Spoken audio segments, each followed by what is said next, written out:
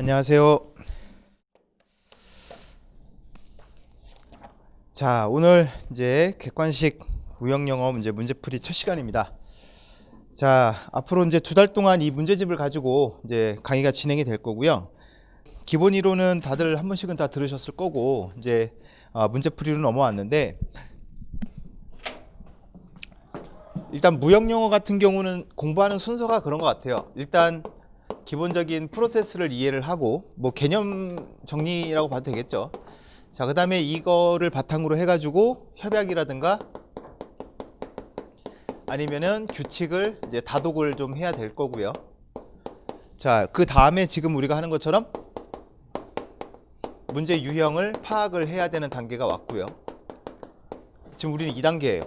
그럼 앞에 있는 2개를 다 완성을 해야 되느냐 하면 좋은데, 가슴에 손을 얹고 생각하면 뭐 그 정도까지는 아직은 아니죠. 예. 근데 이 문제 유형을 파악을 하면서 거꾸로 이제 협약이라든가 아니면은 기본 이론을 조금 더 확실하게 개념을 잡는 그런 기회가 될 수가 있다라는 거예요. 그래서 제가 항상 강조하는 게 뭐냐면, 기본 이론 강의를 듣고 나서 이제 문제풀이로 넘어오는 걸 되게 주저하는 학생들이 많아요. 그래서 이유가 왜 그래? 라고 했더니 기본 이론을 아직 다 완성을 못한 것 같아서요 라고 얘기를 해요. 근데 저 이제 거꾸로 그렇게 물어보죠. 그럼 뭐 몇 번을 보면 또는 얼마나 오래 공부를 하면 기본 이론이 완성될까? 라고 하면 잘 못하죠. 사실 완성이 돼야 안 돼요? 힘들어요. 예, 기본 이론은 그냥 아무런 목적성이 없이 그냥 책을 보는 거잖아요. 한두 번은 어떻게 보면은 집중도 가능하고 하겠지만, 그 이상 회독이 늘어나게 되면 집중력도 떨어지고, 특히 협약은 그렇죠. 똑같은 거 계속 보면은 딴 생각하고 있는 본인을 발견하고 있지 않아요? 아니면 그 정도로 많이 보질 않았나 아직 새로워요?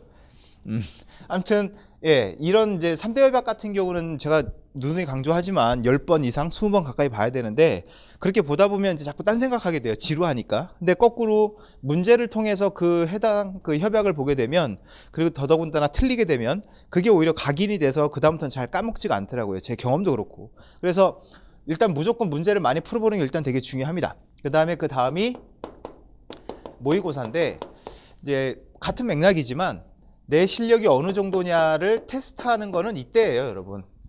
그래서 문제풀이로 넘어오는 거를 지금 되게 두려워하는 이유가, 요게 테스트 과정이라고 생각을 하니까 그런데, 아니에요. 얘도 테스트 아니고 얘는 그냥 일회독이라고 생각하시면 돼요. 또 다른 일회독, 문제를 통한.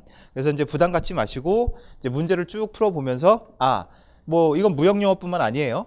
기본 이론 때 왜 선생님이 그렇게 강조를 했는지, 이 부분을 왜 그렇게 강조했는지 거꾸로 이제 느낌이 오실 거예요. 이제 문제를 풀다 보면. 그래서 그걸 토대로 앞에 있는 것들이 더 확실하게 정리가 되는 시간이 될 겁니다. 그래서 2달 동안 열심히 해보면 되겠죠. 예. 그리고 우리는 이제 올해 2020년 연말 연시를 또 같이 맞겠다. 그죠? 이 무슨 2년이지? 2년이라고 해야 되나? 예. 자, 연말까지 여러분들 마음 변치 마시고 열심히 합시다. 오케이? 네. 자, 무형영어는요, 여기 있는 문제들을 거의 다 풀 거예요. 다 풀 거고, 그 다음에 하루에 한 번 강의할 때마다 한 40에서 43문제 정도는 평균적으로 소화를 해야 16번 강의가 다 끝날 수가 있거든요. 자, 그래서 여러분들에게 이제 부탁을 드리는 게 뭐냐면, 예습을 좀 해오셨으면 좋겠어요. 문제풀이는 항상 예습을 하셔야 돼요. 예습이라는 게 미리 풀어오는 거예요. 그래서 답을 맞춰보고 해석 같은 거 해설 안 보셔도 돼요. 어차피 강의 시간에 와서 그건 저랑 하면 되는 거니까, 여러분들이 혼자서 문제를 맞아보는 게 되게 중요하다는 말씀을 드리는 거예요. 강의 시간에 다 설명 듣고 필기 다 되어 있는 문제 집에 가서 보면 그게 의미가 있나요?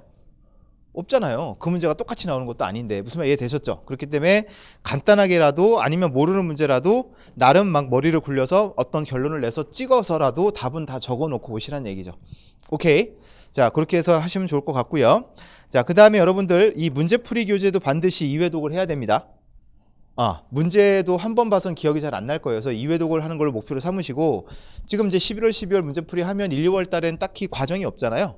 뭐 OX라든가 아니면 뭐 개정 특강 같은 거 빼고는 강의가 없으니까, 그때 이제 공부하실 때 기본 이론도 하겠지만 문제풀이도 한 번 1회독을 더 하시는 게 되게 중요하고, 그런 맥락으로 이제 말씀을 드리는 게 뭐냐면, 뭐 어떤 학생은 아예 그냥 문제풀이 교재를 2권을 사는 사람도 있고, 아니면 한 권을 제본을 떠요.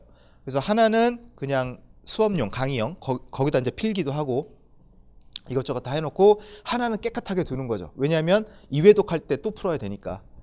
무슨 말이 되셨죠? 그래서 책을 꼭 사시라는 게 아니라 답을 꼭 적어야 될 거다 된다면, 아니면 해설 같은 거 적는다면 별도 노트에다가 하시는 게 좋다는 얘기예요. 여기에 다 눈에 띄면 나중에 공부할 때 이렇게 도움이 되진 않으니까. 이해되셨죠? 네, 그렇게 좀 생각을 하시면 좋을 것 같습니다.